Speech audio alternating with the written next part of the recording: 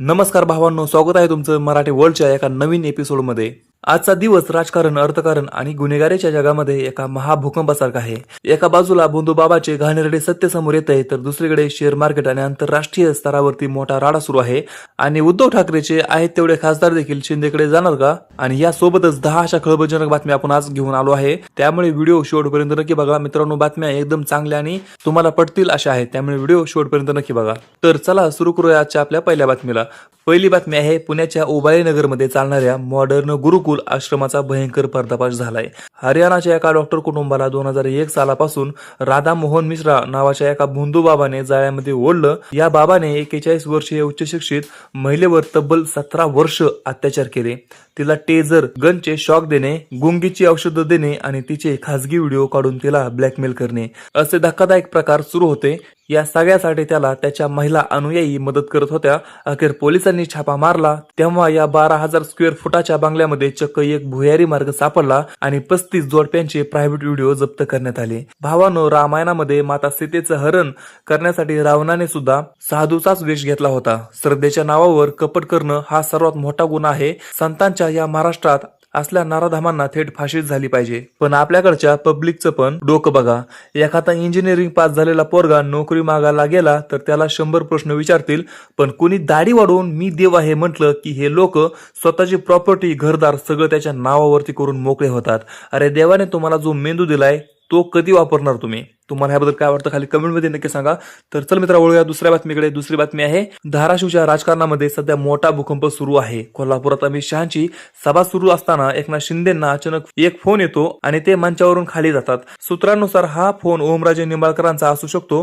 पवनराजे हत्या प्रकरणामध्ये पद्मसिंह पाटील निर्दोष सुटल्याने ओमराजेंना मोठा धक्का बसलाय। आता ते न्याय मिळवण्यासाठी भाजपमध्ये न जाता थेट शिंदेच्या शिवसेनेमध्ये जाण्याची शक्यता आहे। हे रोखण्यासाठी ठाकरे गटाचे वरुण सरदेसाई मध्यरात्री ओमराजेंच्या दारामध्ये पोहोचले। ओमराजेंना आता वाय दर्जाची सुरक्षा देण्यात आली असून मुख्यमंत्री देवेंद्र फडणवीस आणि एकनाथ शिंदे यांनी हा विषय थेट अमित शहांपर्यंत पोहोचवला आहे।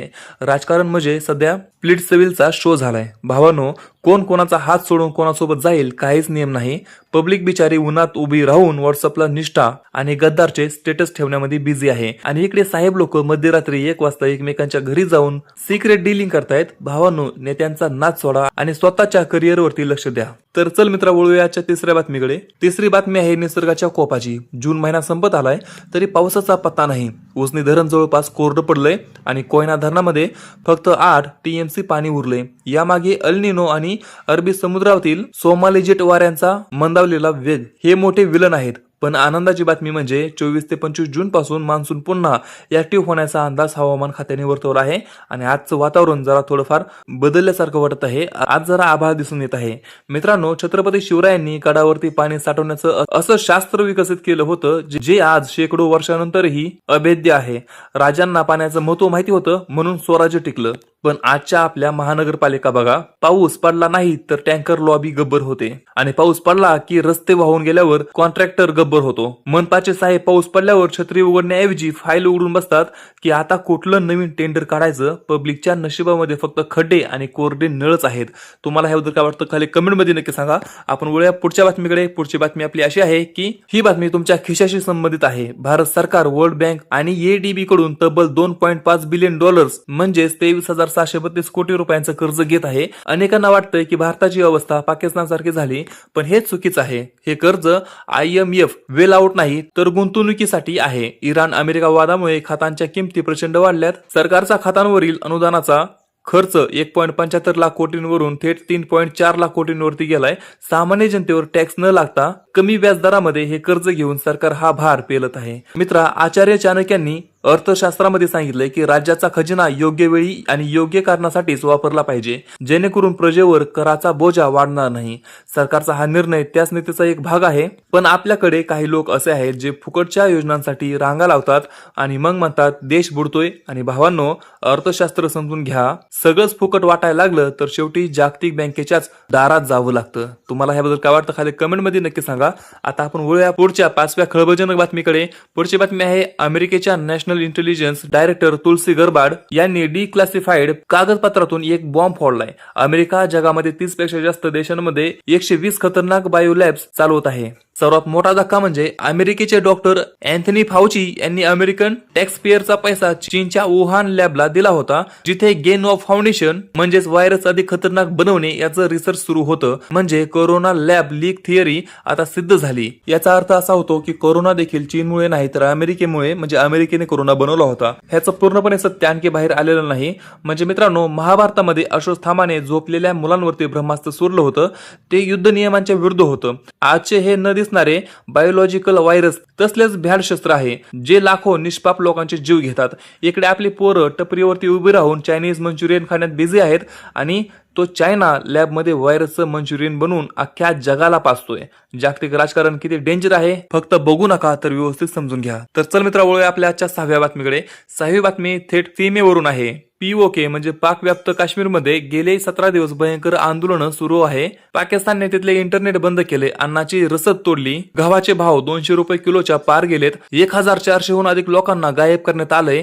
आता तिथली जनता स्वतःला पाकिस्तानी मानायलाच तयार नाही आणि पाकिस्तानी मिलिटरीला हाकलून देत आहे. भारतासाठी पीओके परत घेण्याची हीच ती खरी सुवर्ण संधी आहे. म्हणजे मित्रा, पाकिस्तानामध्ये सध्या पीओके पेक्षा पोळी जास्त महत्वाची झाली. पिठाच्या गोणीसाठी तिथं WWF ची मॅच चालू असते.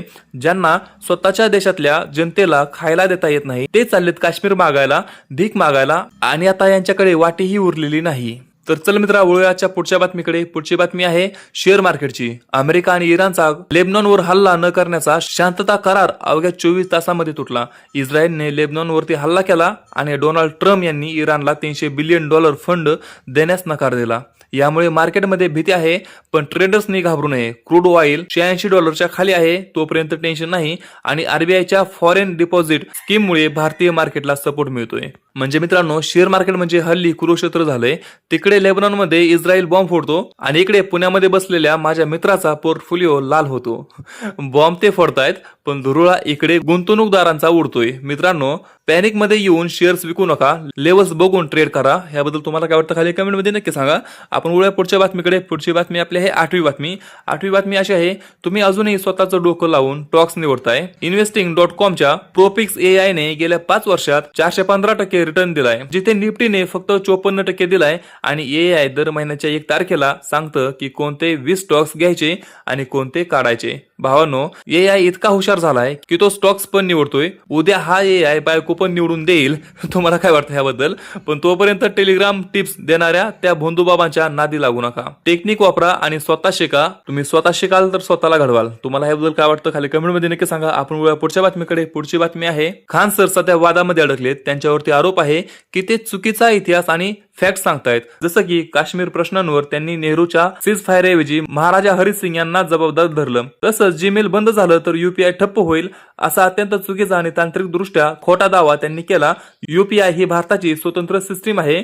शिवाय ES जयशंकर आणि अजित डोवाल यांच्या फॉरेन पॉलिसीलाही त्यांनी चुकीच्या पद्धतीने टार्गेट केल्याचा आरोप होतोय. मित्रांनो, संत ज्ञानेश्वरांनी म्हटलं की अज्ञान दूर करून सत्याचा मार्ग दाखवणं हे खऱ्या गुरुचं काम आहे. विद्यार्थ्यांसमोर चुकीचा इतिहास किंवा चुकीची माहिती मांडणं हे समाजासाठी खूप घातक ठरू शकतं. पण आपल्या पब्लिकला पण काय, कॉमेडीच्या नावाखाली कोणीही काही ज्ञान दिलं तरी ते वा सर क्या बात है असं करत टाळ्या वाजवतात. स्वतः अभ्यास कधी करायचा? अरे गुगलला पण लाज वाटत असेल आमचे लोक बघून. मित्रा, शिक्षकांनी फक्त शिकवावं, प्रोपगेंडा चालवू नये. तुम्हाला ह्याच्याबद्दल काय वाटतं खाली कमेंट मध्ये नक्की सांगा. त्याचबरोबर मित्रांनो, या होत्या आजच्या सर्वात कडक आणि डोळे उघडणाऱ्या खऱ्या बातम्या.